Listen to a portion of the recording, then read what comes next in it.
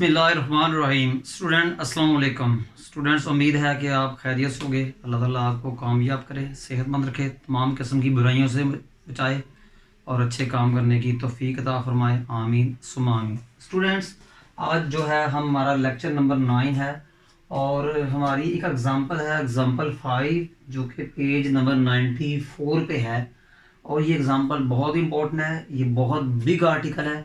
इस के क्वेश्चन जो है वो एक्सरसाइज 3.2 में भी हम करेंगे।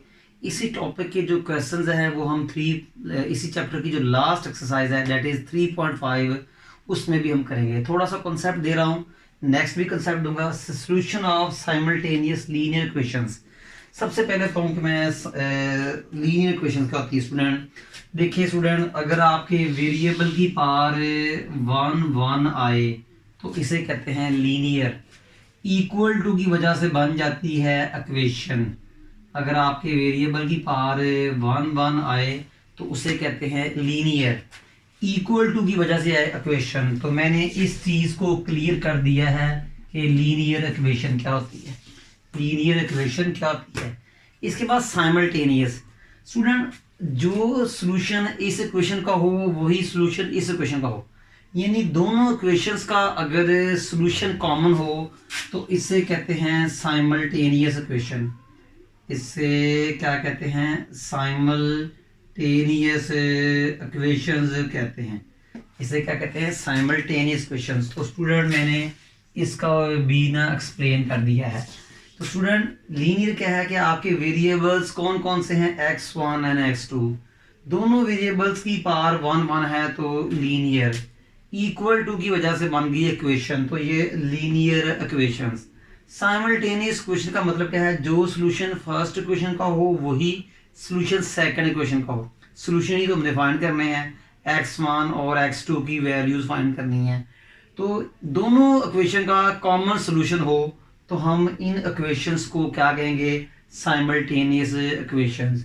जो कॉमन सॉल्यूशन होगा दोनों इक्वेशंस का, इक्वेशन नंबर 1 और 2 का, उस कॉमन सॉल्यूशन को कहेंगे साइमल्टेनियस सॉल्यूशन कहेंगे।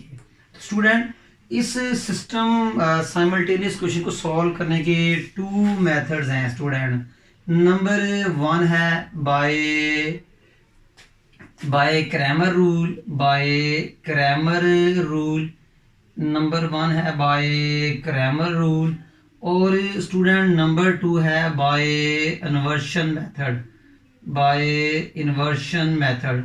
इन्वर्शन मेथड को इन्वर्स मेथड भी कहते हैं, बाय इन्वर्स रूल। स्टूडेंट, कि हमने इनको मैट्रिसेस की मदद सॉल्व करना है। वैसे तो इनको सॉल्व करने के बहुत सारे मेथड्स हैं, by equating coefficient, by substitution values, by graphic method, by equating coefficient, ठीक है, और by cross multiplication, so many methods. मगर मैट्रिसेस की तरफ से सॉल्व करने के आपकी बुक में इसको सिर्फ 2 मेथड्स हैं, by Cramer rule, by inversion rule. एक और भी है बाय रिड्यूस एचिलॉन फॉर्म, जो हम आगे जाके डिस्कस करेंगे।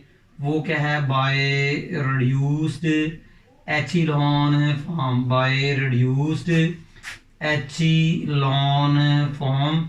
ये आगे जाके हम एक्सरसाइज 3.5 में इसका जिक्र करेंगे। तो साइमल्टेनियस लीनियर इक्वेशन को सॉल्व करने के 3 मेथड्स हैं।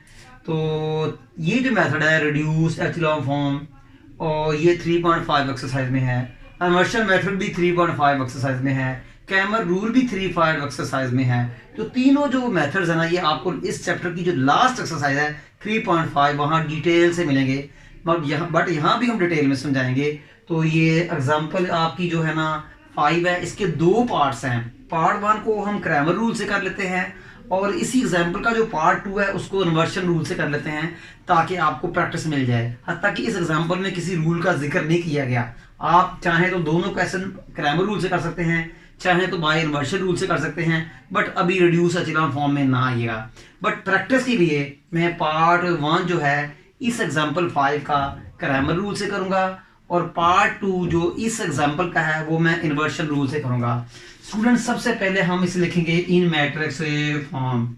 सबसे पहले हम लिखेंगे जी इन मैट्रिक्स फॉर्म। स्टूडेंट, हम इसको मैट्रिक्स फॉर्म में लिखेंगे। स्टूडेंट, कोफिशिएंट ऑफ एक्स क्या है, x1 क्या है, कोफिशिएंट ऑफ x1 क्या है, 3 and 1, ये आपका पहला कॉलम बनाएगा। कोफिशिएंट ऑफ x2 क्या है, -1 एंड +1।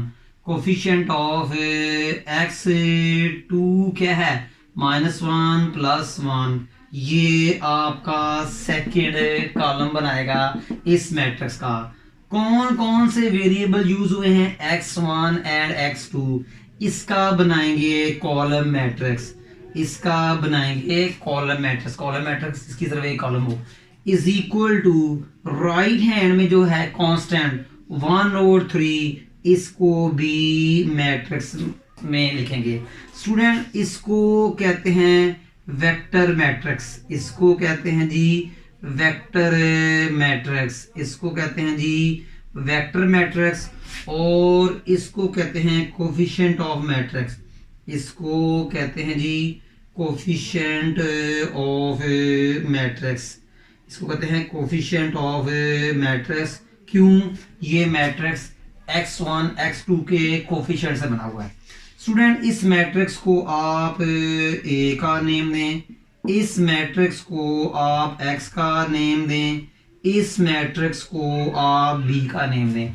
आप नेम कोई भी दे सकते हैं, बट आपकी बुक में ये दिया हुआ है। इस मैट्रिक्स को a का नेम दें, जो कोफिशिएंट ऑफ मैट्रिक्स है जो कि x1 x2 के कोफिशिएंट्स बना है, इसको a का नेम दें, इस मैट्रिक्स को x का नेम दें। यही x मैट्रिक्स हमने फाइंड करना है।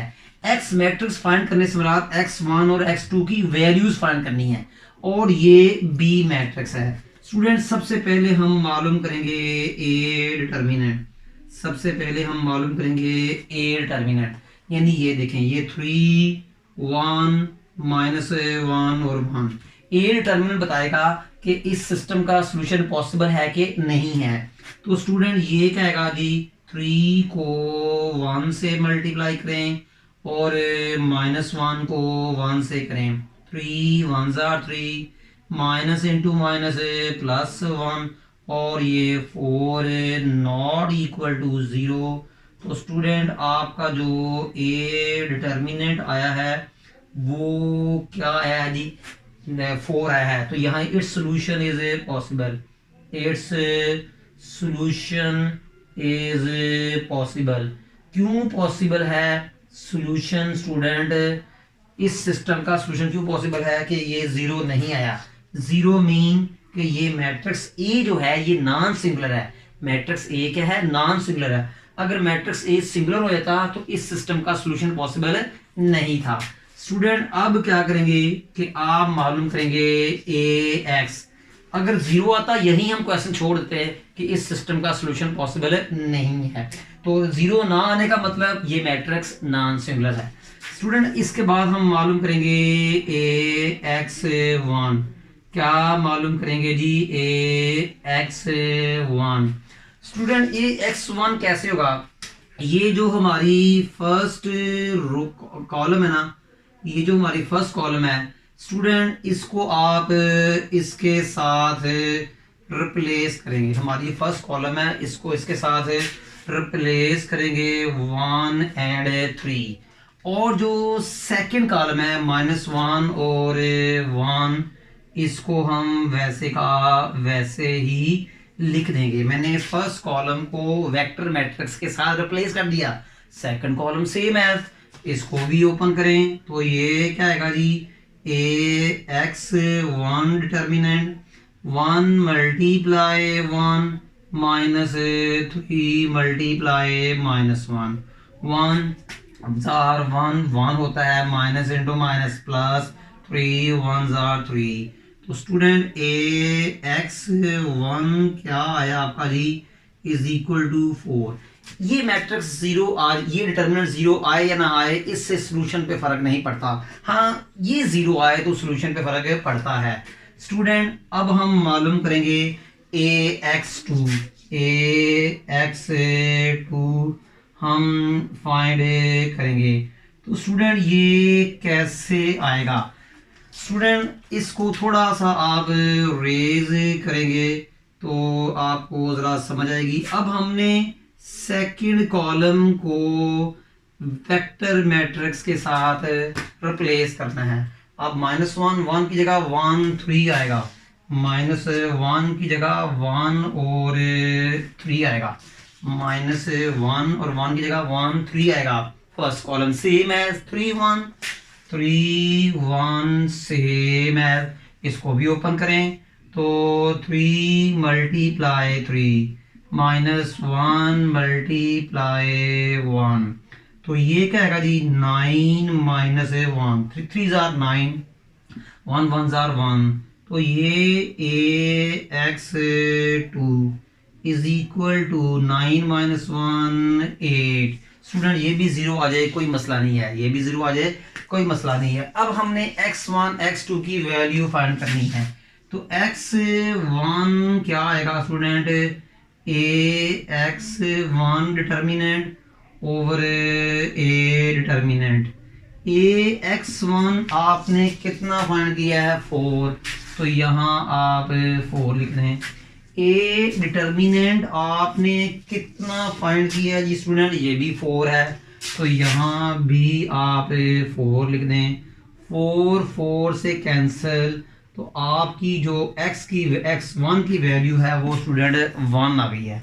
स्टूडेंट अब हम x2 फाइंड करेंगे, तो उसका फार्मूला भी इससे मिलता जुलता, ax2 over a determinant.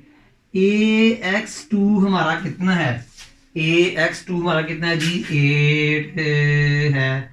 a determinant हमारा कितना है स्टूडेंट, वो 4 है, तो ये इसको इस पे काटा तो ये 2 आ जाएगा, ये इस पे क्या आएगा जी ये स्टूडेंट 2 आएगा। तो देयरफॉर स्टूडेंट हमारा सॉल्यूशन सेट क्या हुआ, x1 एंड x2, ठीक है। Middle bracket small bracket, x1 कितना है जी 1 और x2 क्या है हमारा जी 2।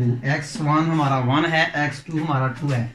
स्टूडेंट ये हमारा साइमल्टेनियस सॉल्यूशन भी है, ये हमारा साइमल्टेनियस सॉल्यूशन भी है स्टूडेंट। ये हमारा ये सॉल्यूशन जो है स्टूडेंट, ये जो सॉल्यूशन है दोनों इक्वेशंस को सेटिस्फाई करेगा। आप देख लें x1 की जगह 1 और x2 की जगह 2 पुट कर लें, राइट और लेफ्ट का आंसर क्या आएगा, सेम आएगा। मुझे उम्मीद है स्टूडेंट कि क्रैमर रूल से आपको समझ लग गई होगी। आइए इसकी नेक्स्ट पार्ट करते हैं और वो हम बाय इन्वर्शन रूल से करेंगे।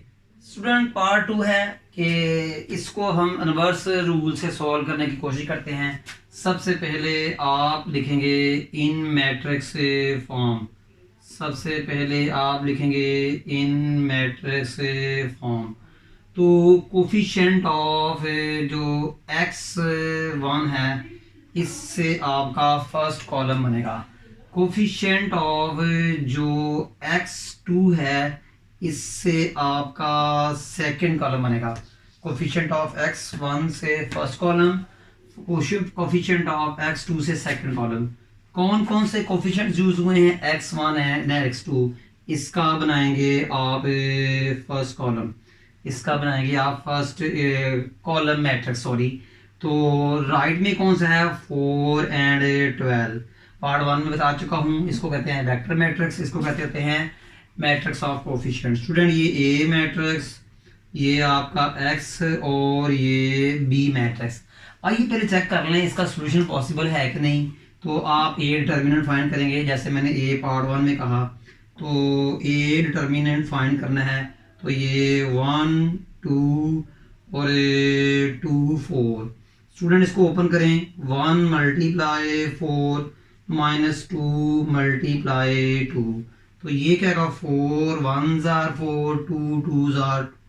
स्टूडेंट ये तो जीरो आ गया, अब ए डिटरमिनेंट जीरो आ गया है, इसका मतलब इस सिस्टम का सॉल्यूशन पॉसिबल नहीं है। Therefore A is a singular matrix, A is a singular matrix, therefore it's solution is not possible, its solution is not possible, यानी इसका सॉल्यूशन पॉसिबल नहीं है। मैं पहले बता चुका हूँ स्टूडेंट कि अगर ये आपका जो है सिंगुलर मैट्रिक्स आ जाए तो इसका सोल्यूशन पॉसिबल नहीं है। अब यहीं से क्वेश्चन छोड़ देंगे, बट इस तरह के क्वेश्चन एग्जाम में आते नहीं है स्टूडेंट। हमेशा एग्जाम में क्वेश्चन आते हैं कंप्लीट सॉल्व करना हो तो क्वेश्चन आते हैं। इस तरह के क्वेश्चन अगर शॉर्ट क्वेश्चन में आ जाए कि आ जाए, अदरवाइज कभी भी नहीं आते। बट आपको पता होना चाहिए, ये ना हो कि आप ए डिटर्मिनेंट 0 आ गया और आप आगे करते जाएं, आगे जाने का फायदा ही नहीं है। क्यों? जब ए डिटर्मिनेंट 0 आ जाएगा तो इस सिस्टम का सोल्यूशन पॉसिबल नहीं होगा। इसकी रीजन मैं बता देता हूँ, वैसे क्वेश्चन हमारा खत्म हो गया है। जब हम x1 फाइंड करेंगे तो वो ax1 ओवर ए डिटर्मिनेंट, जब इसके नीचे 0 आएगा तो स्टूडेंट समथिंग ओवर 0 क्या आएगा? Undefined. Something over 0 is undefined. जब ए डिटर्मिनेंट 0 आएगा तो समथिंग ओवर 0 इज अनडिफाइंड, यानी 0 से डिवीजन अलाउ नहीं है। उम्मीद करता हूँ स्टूडेंट आपको ये पॉइंट समझ लग गया होगा। अगर नहीं लगा तो कोई इशू नहीं है, यहाँ तक ही रुक जाइएगा। स्टूडेंट आज के इस लेक्चर में हमने एग्जांपल जो थी 5 थी, जो कि बहुत इंपॉर्टेंट थी, जो मैंने की। उम्मीद करता हूँ कि आपको इस समझ लगी होगी। स्टूडेंट आज की हमारी इस वीडियो को लाइक भी करें, शेयर भी करें, कमेंट्स भी करें, और हमारे इस चैनल को सब्सक्राइब करना हरगिज़ मत भूलिएगा। स्टूडेंट आज का हमारा लेक्चर वाइंड अप हो चुका है। हमें नेक्स्ट लेक्चर तक इजाज़त दीजिएगा जी। अल्लाह हाफिज़।